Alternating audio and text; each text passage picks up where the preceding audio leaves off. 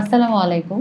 আমার চেম্বারে যখন পেশেন্ট অথবা পেশেন্টের অ্যাটেন্ডেন্টরা অর্থাৎ মা-বাবারা আসেন, প্রায়ই আমাকে বলেন যে আমার বাচ্চা সারাদিন মোবাইল দেখছে, অথবা আমার বাচ্চা সারাদিন মোবাইল দেখার কারণে চোখটা নষ্ট হয়ে যাচ্ছে, এখন হয়তো ডক্টর সাহেব দেখেন চশমা হয়তো লাগবে, অথবা আমার বাচ্চা সারাদিন দিনের একটা নির্দিষ্ট সময় সে এত বেশি মোবাইল ইউজ করছে, আমি সন্দিহান যে আমার বাচ্চার চোখে চশমা লাগবে এবং হয়তো চোখটা নষ্ট হয়ে যাবে। এই ধরনের কথা আমাদের চেম্বারে আসলে মা-বাবারা সবসময় বলেন এবং অনেক বেশি বলেন। আসুন আমরা জানি যে দীর্ঘ সময় মোবাইল ইউজ করলে আসলে কি চোখের চশমা বা পাওয়ারের সমস্যা হয়? এটা আসলে ঠিক না। দীর্ঘ সময় মোবাইল ব্যবহার করলে আপনার চোখে পাওয়ার আসবে, অর্থাৎ মায়োপিয়া, হাইপারমেট্রোপিয়া বা অ্যাস্টিগম্যাটিজম হবে বা রিফ্র্যাক্টিভ ইররের প্রবলেম তৈরি হবে, এটা ঠিক না। কারণ ইররের প্রবলেমগুলো হয় ডেভেলপমেন্টাল কারণে এবং এটা জেনেটিক্যালি আসে। তো আমরা জানলাম যে আসলে দীর্ঘ সময় মোবাইল ইউজ করলে পাওয়ারের সমস্যা হয় না। কিন্তু দীর্ঘ সময় যদি কেউ মোবাইল ইউজ করে, সেটা হোক বাচ্চা অথবা আমাদের মতো জেনারেশন অথবা যারা ওয়ার্কিং পজিশনে আছে, তারা যদি ডিভাইস ইউজ বা মোবাইল ইউজ দীর্ঘ সময় করেন, তাহলে অনেকগুলো সমস্যা হয়, যেমন হেডেক,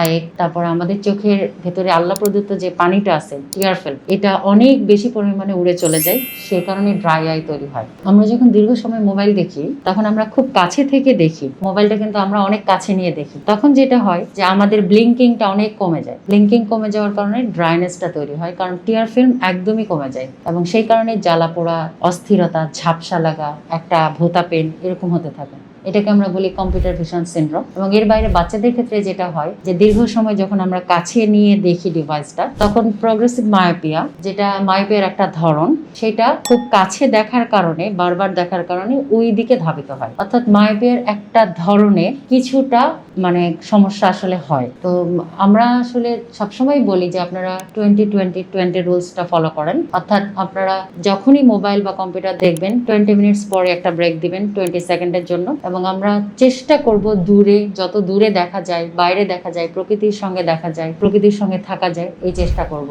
কারণ চোখ আমাদের মূল্যবান সম্পদ, এবং বিশেষ করে বাচ্চারা যারা আছেন এই জেনারেশনে, যারা পরবর্তীতে হয়তো এই প্রফেশনগুলোতে থাকবেন যেখানে মোবাইল, কম্পিউটার, ল্যাপটপ ইউজ করতে হবে, তারা যদি সঠিক নিয়মে কম্পিউটার, ল্যাপটপ ইউজ করেন, তাহলে চোখ দীর্ঘদিন ভালো থাকবে। আর আমাদের ভুল ধারণাটা নিশ্চয়ই কারেকশন হয়েছে। আমরা জানলাম যে মোবাইল ইউজ করলেই পাওয়ার আসে, বিষয়টা আসলে ঠিক না। সবাই ভালো থাকবেন। চোখের যে কোনো সমস্যার জন্য আমার চেম্বারে যোগাযোগ করবেন এবং আমি আছি আপনাদের প্রশ্নের আনসার দেওয়ার জন্য।